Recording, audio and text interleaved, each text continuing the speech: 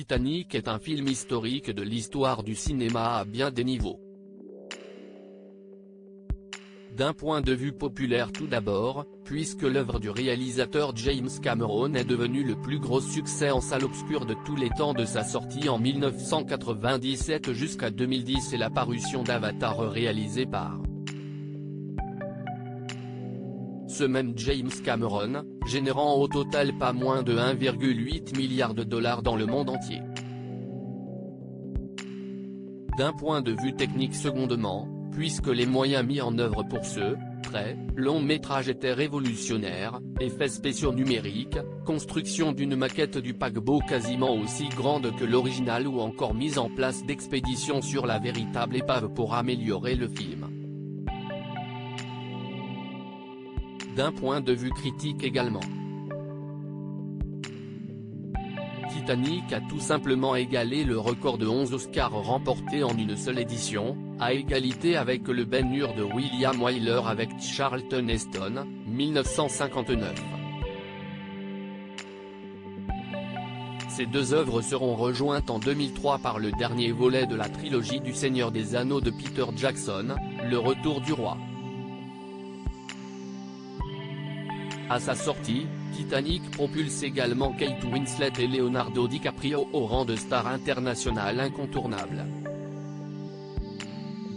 Mais une autre raison a contribué à faire de Titanic un monument sacré du 7e art, sa fin. La planche de bois qui a permis de sauver Rose dans le final, tout en condamnant son amoureux Jack, aurait-elle pu accueillir les deux personnages ?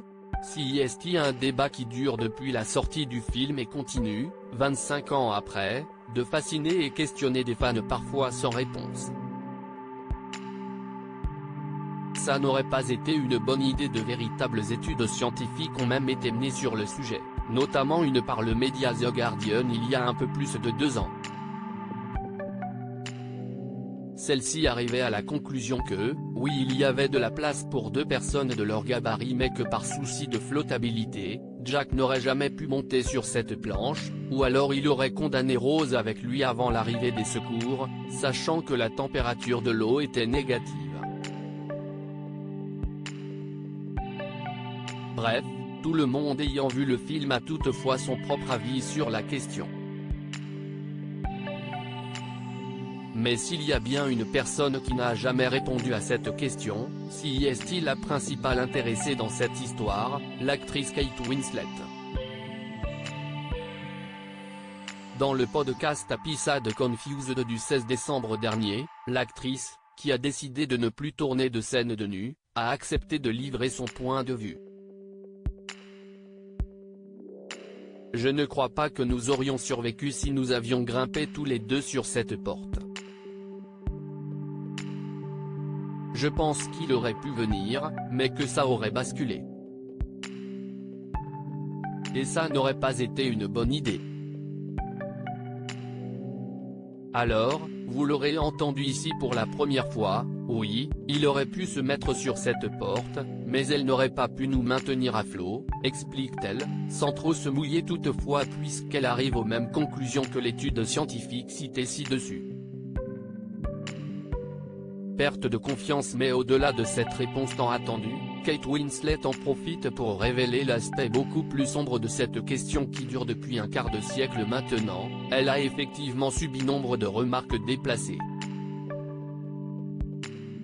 Apparemment, j'étais trop grosse pour la planche, note de la rédaction. N'est-ce pas atroce ? Pourquoi les gens étaient-ils si méchants avec moi ? Je n'étais même pas grosse, déclare-t-elle à propos de ces critiques qui lui ont fait perdre confiance. Kate Winslet poursuit en expliquant que les mentalités ont changé depuis cette époque, mais qu'il reste encore beaucoup de chemin à faire. Si je pouvais revenir en arrière, j'aurais utilisé ma voix d'une manière différente. J'aurais dit aux journalistes, ne me traitez pas comme ça. Je suis une jeune femme. Mon corps est en train de changer.